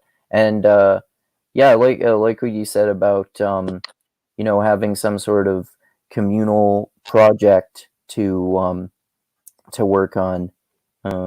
I guess I haven't really had anything like that for a while. I guess the closest I've come to that is maybe having my classes at school, especially the ones that I'm already relatively knowledgeable about, and I love having classroom discussions and asking questions about like philosophy in particular, and sociology to an extent as well, but more so philosophy. Yeah, well, I think another. I mean, I don't exactly know how it lines up with your experience, but Sean was talking about how he hit a divorce point, and that really put the gears to him to figure things out. And And then for me, it's like I had a very treading water level of, I'll use the word success, or yeah, let's say, yeah, a very water treading level of success, and then was not nearly good enough for me, and wasn't quite very important for me to find a wife, so I wasn't working that out. So I hit a certain wall as well, and that really put me at a crossroads of either I abandon these standards or I really have to figure something else out to get at them. So I was kind of pushed into a situation of I really have to make some firm decisions about how I'm going to orient myself in the world, and or I'm going to break, Um, so and I know you've been through some challenging times as well. So it's Hmm. how old are you again, if you don't mind me asking again? I'm 30. You're 30, yeah. So so I mean, do you have like concrete goals that you have to reach in your lifespan? Like, Yeah, I would say like I think I've told you about this. The reason I decided to go back to school is that um, I realized that I enjoy tutoring and I can actually get paid for it, which is awesome. But I can't get paid even though I get a decent hourly amount because I tend to only tutor for an hour at a time. It's hard to get enough students and get enough hours and work to actually make anything close to a decent living from it. And I want to be a journalist as well, so I can get paid to write because writing is my number one true passion, and my number one goal in life is to be able to like publish fiction, publish my novel that I've been working on for years and other fiction. And but like I can't get good journalism jobs basically unless I have some sort of a bachelor's degree. So I went back to school to end up getting a Bachelor of Arts degree, just because if I get any sort of bachelor's degree, basically, it can allow me to have much more and better quality journalism jobs, and um, and it will also allow me to get online tutoring jobs. Some of the platforms for that require a Bachelor of Arts degree, and then also I can use that degree to do substitute teaching as well. So there are like three possible paths that I can all explore once I have that degree, and then just go and I can do all three simultaneously, and then just go with one if it ends up being more successful or more potentially that way than the others.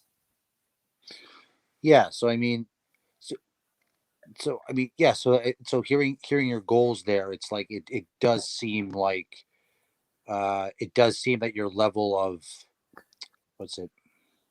It doesn't seem like you need to. There's no necessity to be more declarative. Like you can be agnostic and searching a lot of spaces and still fully realize those two goals you just laid out, right? So I think your own value matrix or priority matrix or goal matrix is is consistent with your still searching and trying, kind of making things more difficult to actually come upon a firm worldview, let's say, per se.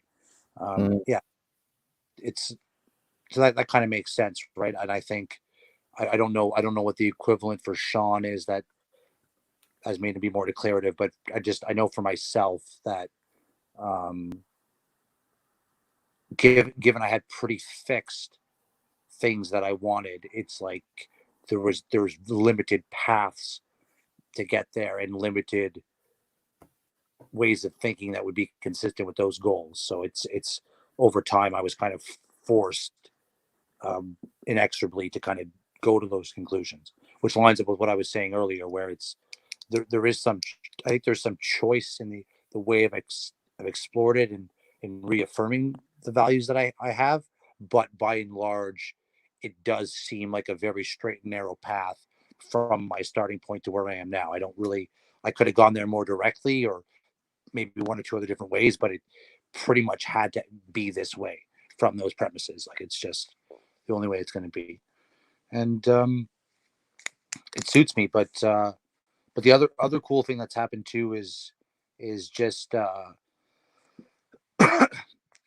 through the idea exploring space. Like obviously I talked to you, but then I've also discovered now a network of other people, even in Ottawa, I guess not as much digitally, that I can engage with all these different topics on. And between the work thing, it's like the amount of social connections I have now is through the roof, in terms of different people that I talk to on a regular basis. So it's, I don't know, dude, things just have been really coming together pretty well for the Shane man. I'm I'm quite pleased with it. So yeah, just one day at a time. We'll see where she goes. Cool, man. I'm very glad that things are working out so well for you. And yeah, we talked before about me possibly coming to visit you there, and even like maybe work for your moving company, because I've done that for a little bit. Maybe we should still do that after the coronavirus thing dies down a bit. Yeah, absolutely. There's do you have a license? No, I just worked for I guess in an amateur way for a moving No, like a driving license. Oh, yeah. Oh, okay. I was confused Yeah. because I thought you meant you needed a license to work for a moving company. Yeah, I do have a driver's license. Yeah, man, that offer's still open. I'm actually right now. I've found somebody who I might be able to do the roommate thing with, because right now I'm living in my folks' place. So if I pull that off, yeah, absolutely, that opens up me having a space again. And yeah, it would be awesome to be able to show you around here. It'd be really cool. Awesome. Go. I can go take you to a couple of the church services, and you're gonna have your come to Jesus moment. It's pretty much inevitable. Yeah. I don't know, take you to some like postmodern poetry reading or something like that. Yeah. me and some guys from work went to Equality Feminism Poetry Jam, and now it's all we talk about on the line. Yeah. They didn't use any actual words, but they used nonsense words just to use nonsense words, because using proper words is authoritarian. Oh, of course. Can't buy into that structure. Yeah. Did you see that video with the guy in the orange shirt explaining how Biden's more Trump than Trump? No, but I've heard that perspective from a lot of progressives in particular. Yeah. Well, he was meant in a more humorous section way. It's like one of the lines is, it's like, it's like Trump talks about grabbing the pussy, but Biden goes out there and gets shit done. He actually, like he actually does grab women by the pussy. Yeah. It's like, yeah, nobody can. Trump says nobody can control him. Well, guess what? Nobody can control Biden. Not even Biden. Yeah, that's true. Yeah. He can't even control what he's saying when he talks. Yeah. It's a pretty funny. The first half is significantly more funny than when he maybe goes on too long. Like the level of humor, he can't maintain it. But I'll send you the link. It's pretty freaking good. Cool. Sounds good. Cool. Well, hey, what what was it there? Well, maybe at some point, maybe not on camera, but at some point in the next while, it would be I don't know when. I know you're one of those guys who you have your schedule booked all the time, right? You're always on some sort of to do item in your agenda most days, or yeah, usually, yeah. Okay. Or just a couple times there when we've been exchanging text messages, I've tried to randomly call you and it never reach you, because I'm really not good. I don't always have my phone with me, or sometimes I'm like writing for a long period of time, and then I also try to be really disciplined about checking my phone too. I only check it like after I've done one particular thing, and only answer one message at a time, because I get so many messages that I've had problems with getting addicted to my phone, like a lot of people do, even though I don't really get addicted to anything else. Yeah. Well, it's really easy. I mean, you can, without even having an addictive impulse, you could just, by just responding to all the things you could respond to, like There's a couple Telegram groups I'm a part of, and I just, for the vast majority of the time, I just write it off. I'm like, I cannot engage even a little bit because 3 hours is going to go by, and there's no way to get that time back. Not if you want to get a novel written or you want to get a company built or whatever it is. Yeah, like it probably wasn't that long ago. Like when I would first get up for the day, I would look at all my messages first, and then I would look over the clock. Holy fuck, an hour passed. Why the fuck did I just do that? Yeah. Okay. Yeah. All right. Okay, well, man, I really appreciate you you thinking of me and inviting me out to this. That was a lot of fun. Yeah, we should do it again with all four of us, including Hayden, next week. Yeah, I'd very much like that. So yeah, just off the top of my head, I think Tuesday or Wednesday nights are probably the best time for me. And then there's always a chance that Wednesday or Thursday during the day I might have the days off.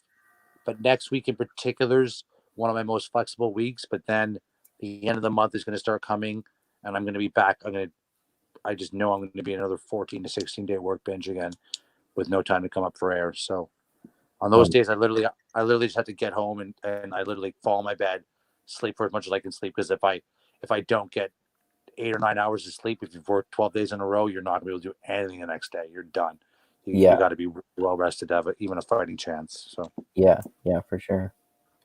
All right. Well, yeah, thanks for joining, man.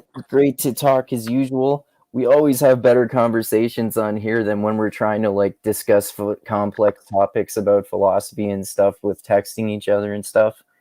Yeah, it never works. Yeah. All right. Well, yeah, thanks, man. And yeah, I'll say all the stuff I always say at the end of these, and then you can give any last words there as usual. So thanks as always to those of you who watch this. I appreciate the comments there too. That's always encouraged. Thanks to those of you who subscribe to my channel. I saw that someone else subscribed during this, so that's awesome. And thanks to those of you who share this video everywhere, and especially to those of you who give me money on Patreon. I really appreciate that. And like I always say, I love you all. Keep being the tiny beam of light that shines through the almost impenetrable darkness in the universe. And most importantly, always remember this: the funk cures all, and groove is in the heart. All right. And any last words to say there, Shane? Christ is risen. Okay. All right. Adios until next time, everyone. Amen. Good night. God bless.